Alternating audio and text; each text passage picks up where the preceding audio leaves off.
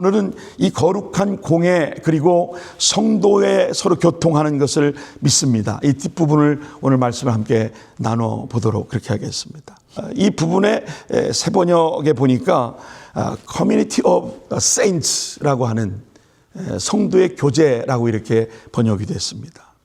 여러분, 우리 교회에서 예배도 드리고 봉사도 하고 양육도 하고 말씀도 나누고 전도하고 선교합니다. 그런데 이런 것도 중요하지만 교회 안에서 더 중요한 요소가 뭐냐? 성도의 교제입니다. 여러분, 왜 성도의 교제가 중요한가? 여러분, 오늘 말씀을 잘 들어보시기 바랍니다. 성도의 교제를 강조하는 이유가 있습니다. 여러분, 신약교회가 언제 시작되었을까요? 여러분, 신약교회가 언제 시작되었는지 혹시 여러분 아십니까? 신약의 맨 처음 교회가 언제 시작됐을까요? 초대교회가 언제 시작됐어요? 여러분, 오순절 성령 강림 이후에 초대교회가 시작이 됐습니다. 그래서 그들이 사도의 가르침을 받아 서로 교제하고 떡을 떼며 오로지 뭐하기를? 기도하기를 힘쓰니라. 이 한 구절 안에 교회 안에 이루어지는 모든 예배의 요소가 다 담겨져 있습니다. 말씀의 가르침을 받습니다. 서로 교제합니다. 그리고 떡을 뗍니다. 성찬을 하는 거죠. 예배하면서 뜨겁게 통성으로 오로지 기도하기를 힘쓰는 그 교회. 이 초대교회 형성의 배경이 바로 이 사도행전의 역사를 통해서 우리가 알 수 있는 것입니다. 여러분, 초대교회는 태동부터 성도의 교제가 아주 매우 중요했던 것입니다. 교회는 교제 공동체였습니다. 여러분 잘 알고 계시죠? 이 예수원의 대천덕 신부님, 향년 84대로 하나님의 부르심을 받았는데, 이 대천덕 신부님이 일반적인 교회 표기가 좀 잘못됐다 이런 주장을 했습니다. 제도권 권위 중심의 번역으로 6세기경의 중국 선교사들이 제국주의적인 사고방식과 또 유학자들의 우월의식으로 교회라고 하는 단어를 번역할 때 가르칠 교자라고 하는 이 교자를 써서 번역했기 때문에 사실은 신약교회와는 맞지 않는다 이런 주장을 했습니다. 그리고 실제로 교회가 교회로서의 성경적인 기능을 하기 위해서는 가르칠 교자를 쓰지 말고 사귈 교자를 썼어야 한다 이런 주장을 했는데 저는 일리가 있다고 생각합니다. 교회는 사귐의 모임이 있는 곳, 교제의 공동체가 교회입니다. 그래서 신약적인 공동체에 좀 더 가까운 그런 교회 이름을 굳이 말하라면 사귈 교자를 써서 교회라고 말하는 것이 훨씬 더 합당하다라고 하는 것이죠. 여러분, 그만큼 교회는 교제 공동체로 만들어졌습니다. 자, 여러분 질문해 보겠습니다. 교회에서 왜 교제가 중요한가? 여러분, 왜 중요하다고 생각하세요? 교제가 왜 중요할까요? 그냥 우리가 모여서 세상적인 얘기하고 뭐 잡담하고 뭐 자기 경험 얘기하고 그건 교제가 아니고요. 성도의 교제가 왜 중요할까요? 교회에서 왜 교제가 중요한가? 여러분, 교회에서 교제가 중요한 이유는 교회란 예수 그리스도를 주로 고백한 그리스도인의 제자, 그리스도인의 제자된 성도들이 함께 모여 교제하고 또 함께 모여 말씀을 나누고 함께 모여 기도하는 공동체이기 때문에 서로 교제하는 공동체이기 때문에 여러분, 교제가 중요하다고 하는 사실입니다. 성도의 교제는 해도 되고 안 해도 되는 선택사항이 아닙니다. 그래서 코로나 이후에 많은 분들이 나 혼자 예수 믿고 나 혼자 신앙생활 잘하면 되지 뭐 꼭 교회 가서 예배드리고 교제해야 되나 이렇게 반문하는 분들이 많아졌다. 그런 얘기 제가 지난 시간에 하지 않았습니까? 여러분, 신앙생활은 혼자 예수 믿는 것 아닙니다. 여러분, 교제도 필요 없다. 이거 굉장히 위험한 신앙생활입니다. 이분들은 성경을 잘 모르고 하시는 말씀이에요. 교회는 교제가 반드시 필요합니다. 아멘이십니까? 아멘. 예. 소위 사람들이 많이 모이는 교회, 그 교회들을 가보십시오. 셀 모임이다, 무슨 목장 모임이다, 순 모임이다, 다락방이다. 소그룹 공동체를 활성화하려고 얼마나 애를 쓰는지 모릅니다. 왜 그럴까요? 익명성에 묻혀서 교회를 편리하게 한번 왔다가 슬그머니 빠져나가는 그 사람들이 교회 안에서 제대로 된 신앙생활을 할 수 없기 때문에 이런 스몰 그룹들을 묶어서 이런 공동체를 형성하고 그 안에서 진정한 예수 그리스도의 제자됨의 교제를 위해서 그렇게 강조하는 거예요.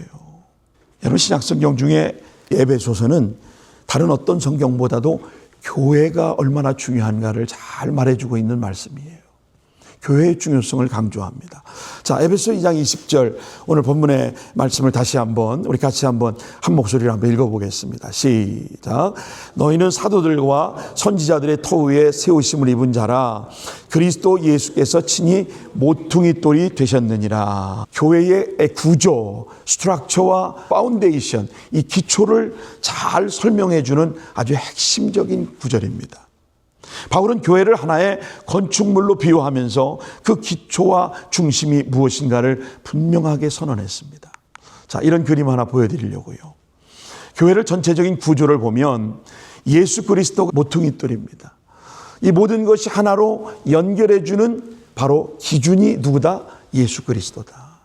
그래서 하나님이 계시된 복음의 말씀을 토대로 건물의 파운데이션은, 이 기초는 바로 사도들과 선지자들을 통해서 시작된 것이죠.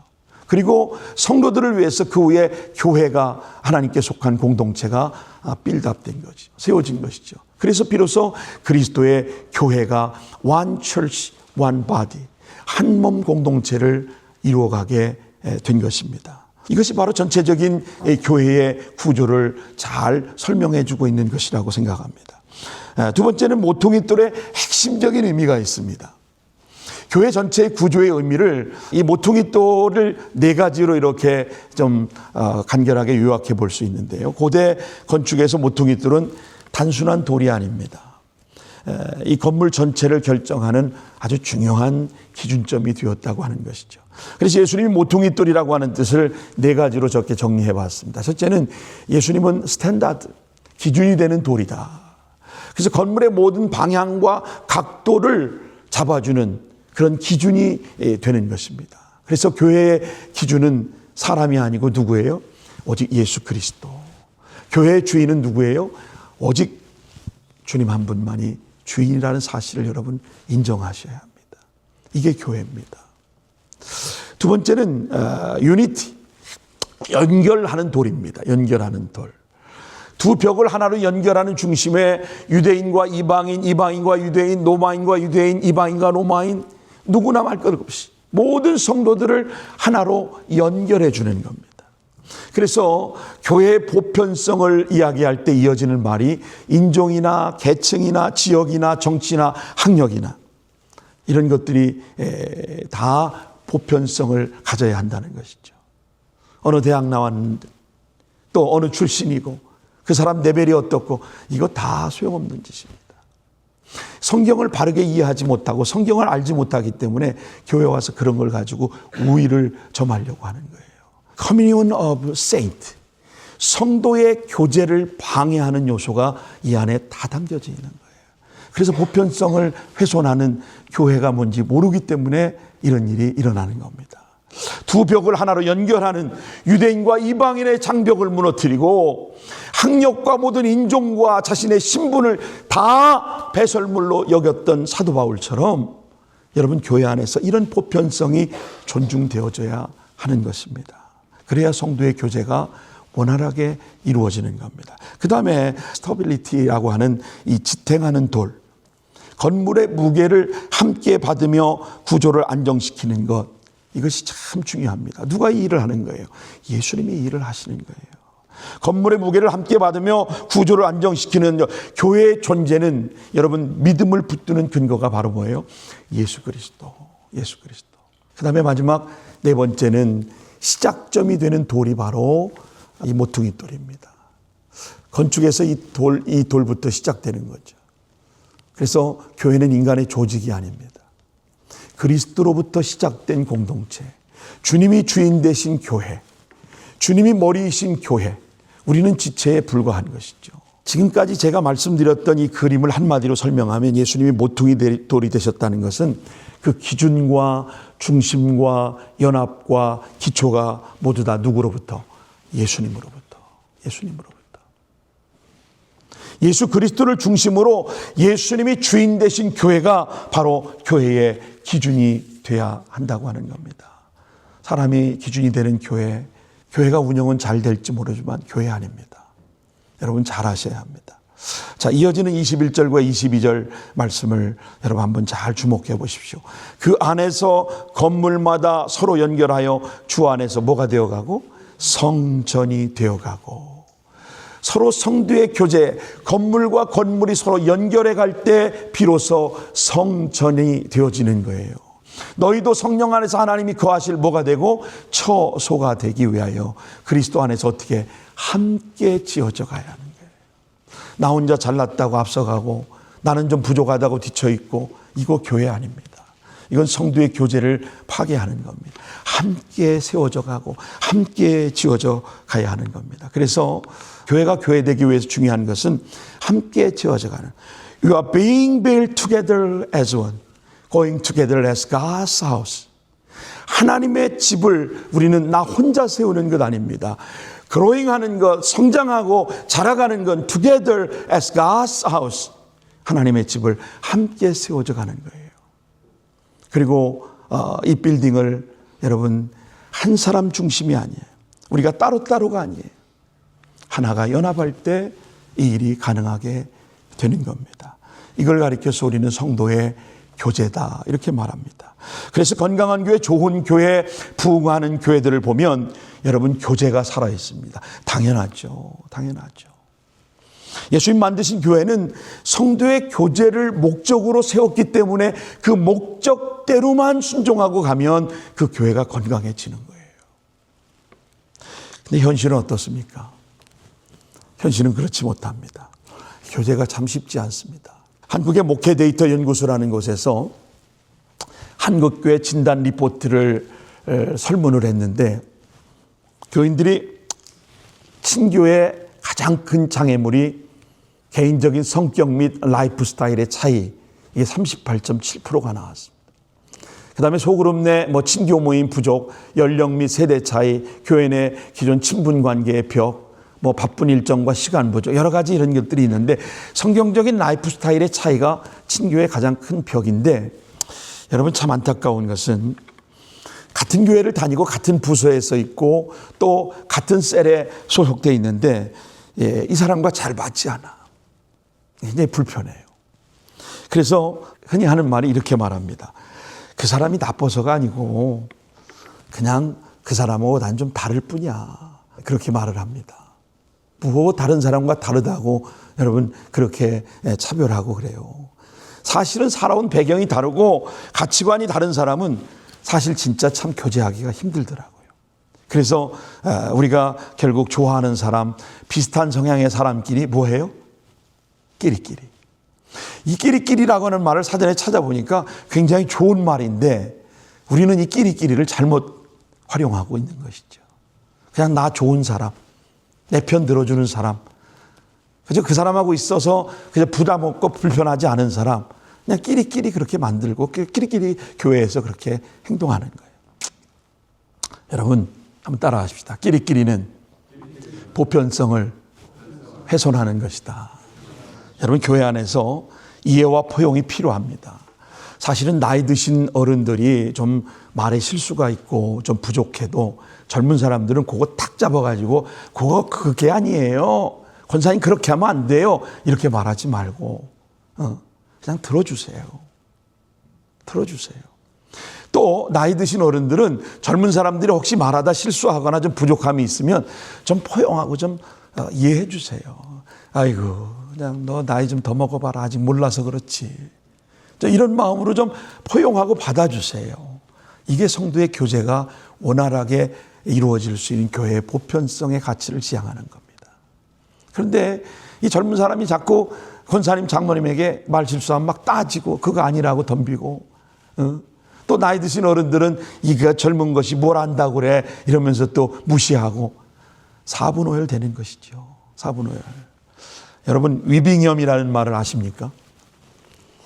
위빙염이라는 말 들어보셨어요?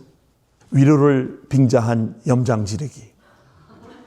이게 위빙염입니다. 어느 목사님 글에 이런 이야기가 있어서 참 재밌게 제가 읽었습니다. 경상도 시골에서 이 목사님이 수제 소리를 듣고 성장한 분이에요. 아주 공부를 매우 잘했던 분인데 대입 시험을 완전히 다 망쳐버렸어요. 이분이 수학을 굉장히 잘했던 분인데 수학 시험을 다 망쳐버린 거예요. 대입 시험을 망친 거죠. 동네에서 공부를 제일 잘하는 학생이 시험을 망쳤다 그러니까 소문이 동네에 금방 다 쫙 퍼져버리지 않겠어요. 조그마한 동네이기 때문에. 근데 평소에 이 집을 자주 오지도 않던 어느 동네 분이 한 분 이 집에 찾아와서 이렇게 말씀하시더라는 거예요. 아이고, 이 집 아들 시험 잘 치르고 왔어? 이렇게 이번에 수학 시험이 좀 어려웠다 하더만. 그러면서 하는 말이 괜찮아. 내년에 또 잘 보면 되지 뭐. 수고해. 이러고서 또 가셨다는 거예요. 그리고 나서 그 얘기를 들었던 그 어머니가 얼마나 속이 우라통이 터지든지 막 찬물을 벌컥벌컥 들이키시고 그냥 소리를 지르셨다면서 그 어머니의 소리 지르는 소리를 목사님 옆에서 들으셨다고. 위로를 빙자한 염장을 치르고 가신. 그래서 그 얘기를 그 책에 써놨습니다. 여러분, 이분만 그렇습니까? 우리 교회 안에서는 염장 지르는 일 안 하시나요? 교인들 가운데도 보니까 염장 지르는 사람들이 너무 많아요. 왜 그렇습니까? 교회 안에는 다 죄인들이 모여있기 때문에 그렇습니다. 속으로 반해서 은근히 자기 자랑을 늘어놓고 또 자식 자랑하고, 교회니까 대놓고 말은 못하지만 뭐 물질적인 거 뭐 이런 거 자랑하고 자기 존재를 자꾸 드러내려고 그래요. 여러분, 교회 다녀오고 나면 이상하게 기분이 좋아야 되는데 자꾸 거북해지는 거예요. 괜히 마음이 불편해지고, 그분이 뭐 불편하고 부족한 게 없는데 교회 갔다 오고 난데 왠지 개운치가 않아. 자꾸 뒤통수가 간지럽고. 여러분, 교제가 어려워지는 겁니다. 제가 지지난주에 아나니와 삽비라에 대한 이야기를 여러분에게 말씀드렸습니다. 아나니와 삽비라가 망하고 죽게 된 이유가 무엇 때문이에요? 비교의식 때문입니다. 비교의식. 존경받던 바나바가 자신의 밭을 팔아서 공동체에, 교회에 헌금을 하니까 교회 성도들이 바나바를 얼마나 칭송하고 바나바를 얼마나 존중하고 존경합니까? 그랬더니 옆에서 보고 있던 아나니와 삽비라 부부가 자기도 얼른 밭을 팔아가지고 사도 앞에 내놓으려고, 공동체 앞에 내놓으려고. 그리고 밭을 다 팔았어요. 거기까지는 좋았습니다. 근데 밭을 팔아놓고 사도 베드로 앞에 판 것의 일부만 갖다 바치고 나머지는 숨겨놓고 다 팔았다고 그렇게 거짓말을 했습니다. 베드로 사도를 통해서 하나님의 성령을 속인 죄로 그 부부는 생명을 그 즉시 걷어가고 말았습니다. 여러분, 왜 이런 비극이 초대교회에 발생했을까요? 비교의식 때문입니다. 비교의식은 열등감과 우월감에 빠지게 하는 불행의 지름길이 되는 겁니다. 선한 의도로, 좋은 목적으로 하나님 앞에 영광 돌리려고 그 일을 해야지, 왜 비교하고 남을 의식하면 신앙생활 합니까?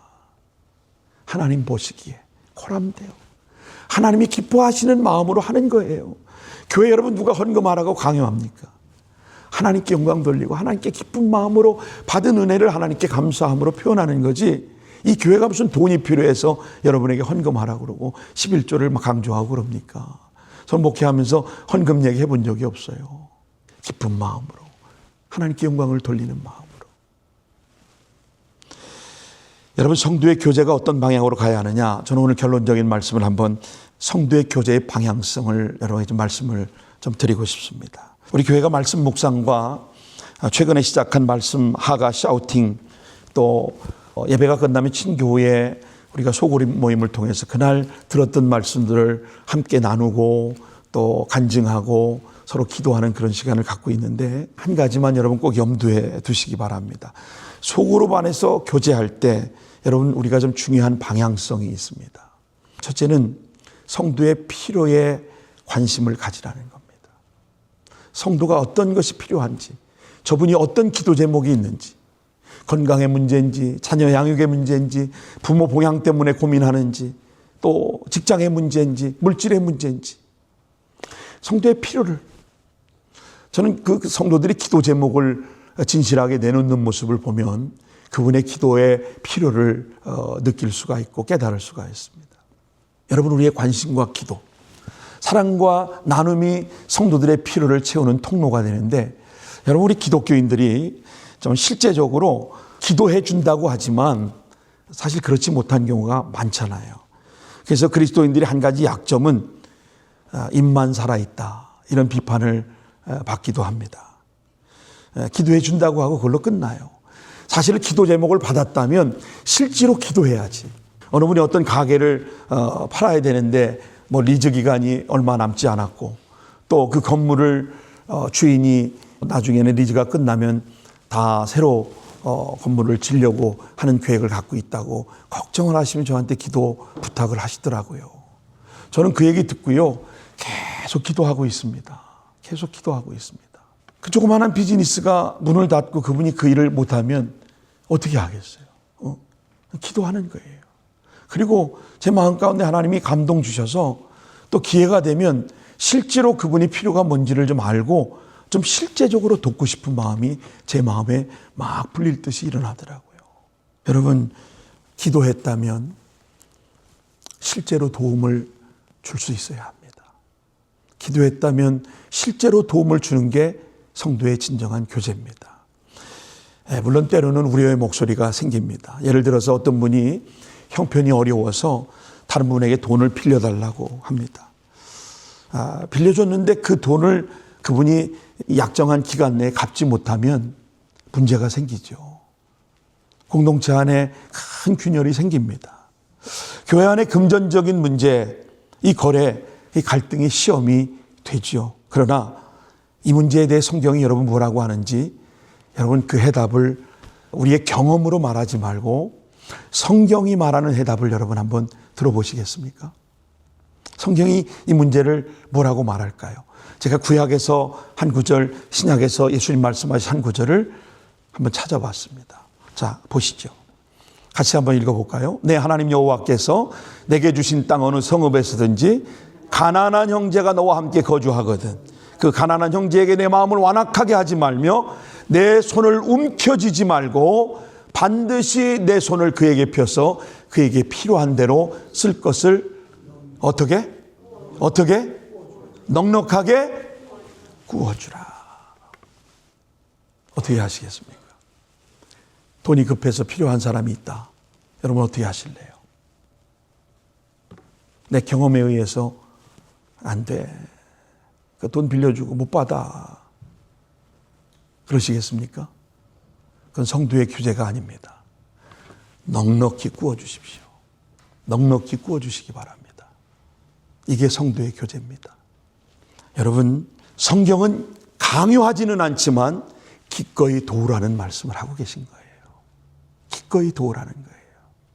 형제가 죽어가는데 맛있는 거 먹어라, 좋은 거 해야 된다, 건강하게 운동해야 된다, 말만 뻔지름하게 하면 그게 성도의 교제입니까? 아닙니다. 실제의 필요를 주는 겁니다. 강도 만난 이웃에게 못 보고 지나가거나 봐도 못 본 채 하거나 보고도 도와줄 마음이 없는 거, 그거 성도의 교제 아닙니다. 업어다가 추막에 데려다 놓고 부비를 주고 먹을 걸 주고 씻기고 입히고 재우고, 이게 성도의 교제인 겁니다. 주님이 그렇게 우리에게 요구하시는 거예요. 자, 여러분, 도와주는 것은 따라하십시다. 선택이 아니라 하나님의 명령이다. 선택이 아니고 하나님의 명령입니다. 이 명령에 순종하지 않는다면 여러분 가짜예요. 그냥 이름만 교인인 것이죠. 자, 신약 성경에 예수님은 이 문제를 뭐라고 말씀하십니까? 자, 보겠습니다. 같이 한번 보시죠. 너희가 받기를 바라고 사람들에게 구워주면 칭찬받을 것이 무엇이냐? 죄인들도 그만큼 받고자 하여 죄인에게 구워주느니라. 오직 너희는 원수를 사랑하고 선대하며 아무것도 바라지 말고 어떻게 하라? 구워주라. 구워주시기 바랍니다. 그리하면 너희 상이 어떻게 해요? 클 것이고 지극히 높으신 하나님의 아들이 되리라. 그는 은혜를 모르는 자와 악한 자에게도 인자하시리라. 아멘이 되시기를 바랍니다. 이 말씀에 아멘 할 수 있기를 바랍니다. 돌려받지 못할 각오를 하고 안 갚아도 된다는 마음으로 빌려주라는 거예요. 누군가 돈이 필요하다면 빌려주세요. 한 가지 제가 방법을 제시하겠습니다. 그 돈을 떼먹어도 괜찮을 만큼만 빌려주십시오. 저는 유학 중에 경제적인 어려움을 많이 경험했던 적이 있습니다.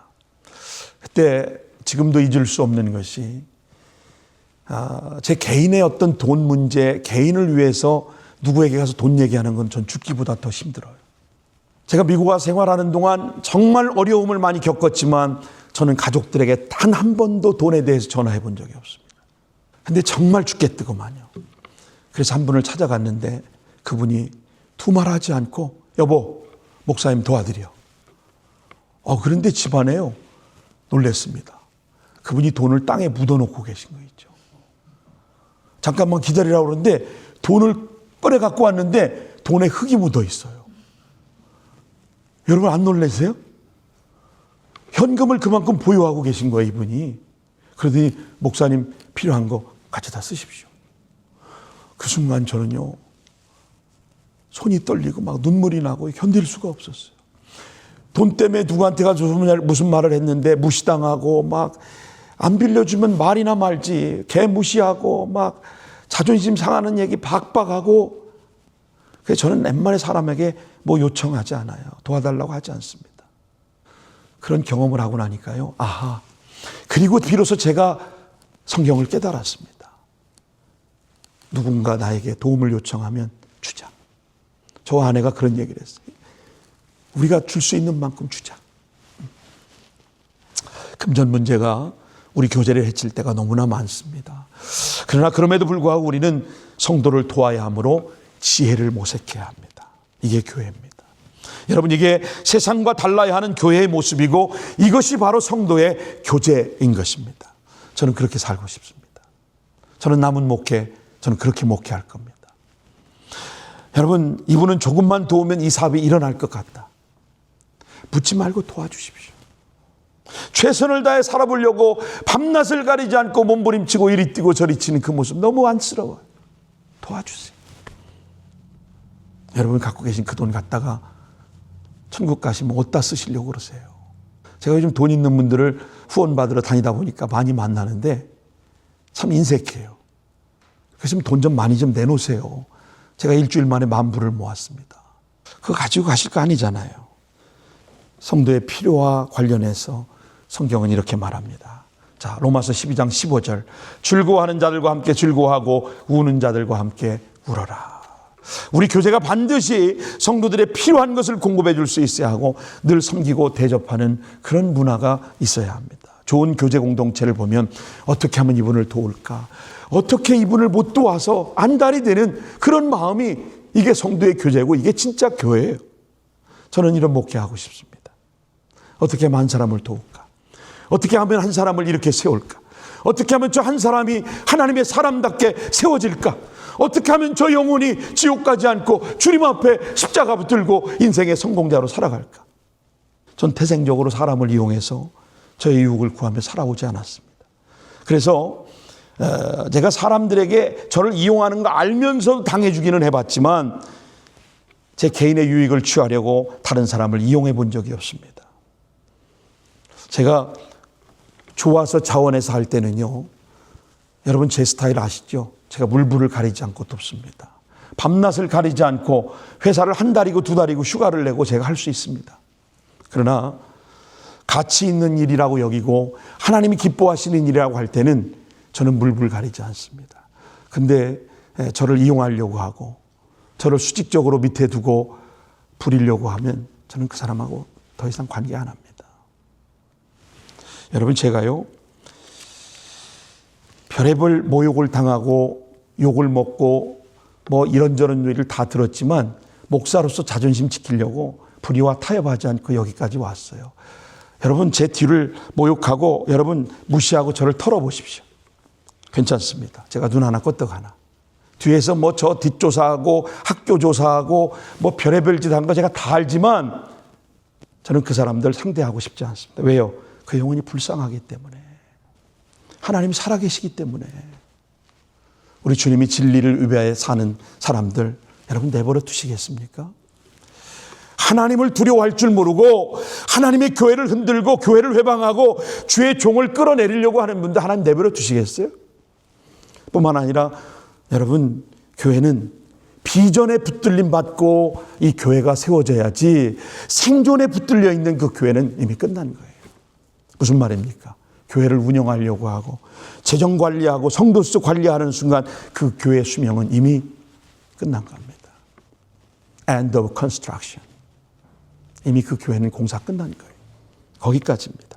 여러분 교회가 문제가 일어난다고 다 나쁜 것 아닙니다. 교회를 다니던 사람이 교회를 나갔다고 해서 그거 여러분 문제 아닙니다. 여러분 고민하지 마십시오. 왜요? 진리가 선포되어진 분명히 진리에 화답하지 못하는 사람들, 진리에 합하지 않은 사람은 나가게 되어 있습니다. 반기를 들고 나가는 거예요. 어떻게 하겠습니까? 여러분 성경의 사도행전을 보십시오. 스데반이 하나님의 말씀을 전할 때 두 종류의 사람의 반응이 나타납니다. 한 사람은 돌을 들어 스데반을 쳐 죽이려고 달려듭니다. 다른 한 그룹은 어찌할꼬 회개하며 통회하며 하나님 앞에 탄식합니다. 진리에 합하지 않은 사람은요 스스로 견디지 못하고 나갑니다. 아시겠어요? 교회는 분쟁이 일어날 수 있어요. 여러분이 인정해야 합니다. 죄인들이 모이기 때문에 내 의지대로 내 마음대로 하려고 하다가 안 되면 별의별 오만 소리를 다 대서 자기 감정을 이입시켜가지고 목사가 한 것처럼 거짓말을 꾸미고 그 목사가 이렇게 했더라 저렇게 했더라. 여러분 저는 가치 있고요 자존감 강한 사람은요 남의 말 듣고 함부로 이랬다 이랬다 판단하고 평가하지 않더라고요. 근데 자존감이 낮은 사람들은요 쉽게 무너져요. 남이 하는 얘기에 쉽게 동요됩니다. 진리 앞에 사람들이 분쟁하는 것 때문에 여러분 두렵다고요? 말도 안 됩니다. 예수님이 이 땅에 오셔서 뭐라고 말씀하셨어요? 내가 검을 주러 왔다고 말씀하시지 않습니까? 이 진리 때문에 다투고 불화가 일어날 수 있다는 거예요. 두려워하지 말라는 거예요. 결국 두려워하는 건 교회가 생존을 택했기 때문입니다. 목사에게 현실적인 생존을 강요하고 위협하는 거예요. 내가 안 하면 되나 봐라. 내가 안 도와주면 할 수 있나 봐라. 교회가 헌금이 줄어들고 재정이 없고 되나 봐라. 천만의 말씀이요. 교회는 그렇게 되는 게 아닙니다. 이런 태도와 자세가 어디에 있습니까? 이건 성도의 교제가 아닙니다. 목회자가 잘못 발언했다고 해서 성도들이 떠날까 봐 두려워합니다. 여러분 뭐 잘못 말한 게 뭐 있습니까? 진리를 말한 건데. 여러분 오늘 이 설교 듣고 나는 대두교회 다시 안 나와. 오케이 바이바이. 이 현실에서 그분과는 그렇게 인사하고 끝나는 거죠. 여러분 제가 돈이 없지 가오가 없겠습니까? 어느 유명한 목사님이 그런 얘기를 했다가 곤욕을 치렀다는데 아마 여러분 중에 제 태도에 대해서 마음에 안 드는 사람이 있을 수 있을 겁니다. 아니 목사가 꼭 저렇게 강하게 말해야 되나? 그럼 어떡합니까? 생겨먹은 게 그렇게 된 거. 여러분 좀 그렇게 넘어가 주시면 안 되겠어요? 여러분 진짜 좋은 성도는 좋은 목사를 알아보고요. 좋은 목사는 좋은 성도를 알아보는 거예요. 좋은 성도를 좋은 성도로 알아보지 못하는 목사는 생존형 목사인 거예요. 좋은 목사를 좋은 목사로 알아보지 못하는 성도는 여러분 성도 좋은 성도라고 말할 수가 없어요. 말을 지어내지 마세요. 자기의 감정을 이입해서 안 한 것도 한 것처럼 거짓말하지 마세요. 하나님 살아계신데 그런 사람이 이 땅에 내버려 두시겠어요? 저는 하나님 그런 분들 빨리 데려가실 거라고 생각해요. 진리를 말했는데 상처를 받았다. 오케이. 거기서 끝이죠. 여러분 제가 주의 종의 자존심을 갖고 진리를 따르지 않고 또 저를 위협하고 세속적인 그런 가치를 들이댄다면 제가 거기에 흔들려서 되겠습니까? 여러분이 지켜주세요. 이 목사 자존심 갖고 하나님 앞에 바로 서서 목회하도록. 이게 교회예요. 이게 구걸하고 싶지 않습니다. 여러분 저의 성향을 잘 알아주시고 제 자신이 목사로서 실수하지 않도록 여러분 기도해 주셔야 되고 또 여러분 중심을 세워주셔야 되는 거예요. 교회가 세워지는 거 쉽지 않습니다. 뼈를 갈아내도 교회가 세워질까 말까요. 더군다나 호랭이 굴에 들어와가지고 목회하는 저로서는 다들 어떻게 거기를 가서 목회하냐고 딴 데로 옮기라고 적당히 타협하고 제가 불의를 모른 척하고 발을 담갔으면요 아마 제가 지금 이 모습으로 여러분 앞에 서지 않았을 겁니다. 훨씬 더 더 멋진 모습으로 더 좋은 교회, 더 많은 성도들 그런 데서 목회하고 있었을지도 몰라요. 저는 그렇게 하고 싶지 않습니다. 교회의 교회다움을 말할 때 가장 중요한 첫 번째 기준은 성도의 교제입니다. 저는 어떤 경우든지 저를 욕하고 털고 별의별 짓 다 해도 저는 다 용서하겠습니다. 그러나 레드우드 교회의 성도의 교제를 방해하고 회방한다, 그냥 내버려 두지 않을 겁니다. 이게 목사의 자존심이에요. 교제를 방해하면 안 됩니다. 교제를 만드는 것, 이게 교회의 참된 모습인데 이 가치를 훼손하도록 만든다, 하나님 기뻐하시지 않을 겁니다. 자, 성경 보겠습니다. 즐거워하는 자들과 함께 즐거워하고 우는 자들과 함께 울라고 그러셨죠. 성도의 필요에 관심을 가지자는 얘기예요. 두 번째, 마지막입니다. 하나님과 더욱더 친밀해지라는 겁니다. 성경에서 확실하게 성도의 교제의 목적이 나오죠. 우리의 사귐은 아버지와 아들과 더불어 누리는 것이라고 요한일서에 말씀합니다. 하나님 아버지와 아들 예수 그리스도와 우리가 하나의 연합해서 함께 누리며 교제하는 것, 여기에 친밀감이 더해지는 거예요. 교제의 핵심은 하나님 아버지 예수 그리스도와 친밀한 교제 안에 있는 겁니다. 그래서 성도의 궁극적인 교제의 목적은요, 하나님 안에서, 예수님 안에서 친밀함을 누리기 위한 목적 한 가지 외에는 없습니다. 독일의 디트리히트 보네퍼가 아주 유명한 이런 말을 했습니다. 자기 안에 있는 하나님의 말씀이 생생하게 살아난다면 불확실성 속에 있는 다른 성도의 마음에도 하나님의 말씀이 살아나게 해야 한다. 내 안에 하나님 말씀이 생생하게 살아난다면 불완전하고 불확실한 성도의 마음 속에 확신을 심어줄 수 있는 게 오늘 여러분이 되어야 하는 거예요. 하나님의 말씀이 살아 움직이고 역동력 있게 우리의 혼과 관절과 골수를 찔러 쪼개고도 남음이 있을 수 있도록 만드는 게 성도의 교제 안에 있어야 하는 거예요. 참된 신앙은 나 하나만의 변화로 끝나지 않습니다. 다른 사람 안에도 하나님의 말씀이 살아 움직이도록 성도의 사랑의 사명을 일깨워 주는 겁니다. 내가 하나님 말씀 가운데 살아있다면 여러분이 하가 샤우팅 하는데 적극적이 되시기 바랍니다. 말씀을 묵상하는데 여러분 더 열심을 내시기 바랍니다. 영적으로 약했던 교인들이 교제를 통해서 말씀 가운데 샤우팅방을 통해서 그곳에서 하나님 말씀이 들려질 때 생명이 살아날 거예요. 앉아 주저앉은 사람이 일어날 거예요. 도저히 불가능하다고 여겼던 걸 하나님 치료하실 거예요. 내가 너를 고치리라 말씀하지 않았습니까? 아멘. 우리가 실제적으로 신앙생활 하자고요. 추상적인 신앙생활 말고 우리의 친교의 목적, 교제의 목적은 반드시 하나님과 친밀성을 회복하는 데 있다. 그 모임에 갔더니 재밌고 좋더라, 평안하더라, 오래 가면 안 됩니다. 사실은 그 모임에 갔더니 막 눈물이 나오고 말씀을 듣는데 막 가슴이 막 답답하고 어찌할 줄을 모르고, 그래서 예배 마치고 말씀을 나눌 때 그 은혜가 증폭되는 것이 어디예요? 소그룹 공동체 모임인 거예요. 왜요? 살아온 삶을 간증하고 그곳에 내가 살았던 하나님과 만났던 그 교제를, 주님과의 교제를 말할 수 있을 때 거기서 탄식이 터져나오고, 그래서 한 주간 내가 살아온 나의 간증을 털어놓을 때 눈물이 나오고 위로가 되고 소망을 갖고 나도 그렇게 살아보고 싶은 열정과 도전이 생기고, 이게 성도의 교제인 거예요. 우리 교회가 이런 소그룹을 지향하고 이것을 통해서 나누려고 하니까 사실은 시간이 턱없이 부족합니다. 왜요? 하나님과 친밀한 교제가 깊어질수록 우리가 지향해야 할 공동체는 바로, 성도의 교제는 바로 하나님과 친밀함의 분명한 목적이 있기 때문입니다. 그리스도인이라면 반드시 교회에 소속되어야 합니다. 그리고 성도의 교제가 필요합니다. 또 진실한 교제로 여러분 들어가십시오. 아직까지 이 교제권 안에 들어오지 못했다면 들어오셔야 합니다. 그리고 주님이 원하는 교제의 모습은 성도가 서로 교통하는 것을, 교제를 통해 주님의 몸된 교회의 한 몸을 연합하여 성전을 이루어 가야 하기 때문에 사랑으로 연결된 교제, 기도로 연결된 교제, 섬김으로 연결된 교제, 하나 되어 세워져가는 그런 교회, 그런 성도의 교제가 깊어지고 넓어지고 길어지고 높아질 수 있는 레드우드 공동체가 될 수 있기를 예수님의 이름으로 축원합니다. 축원합니다.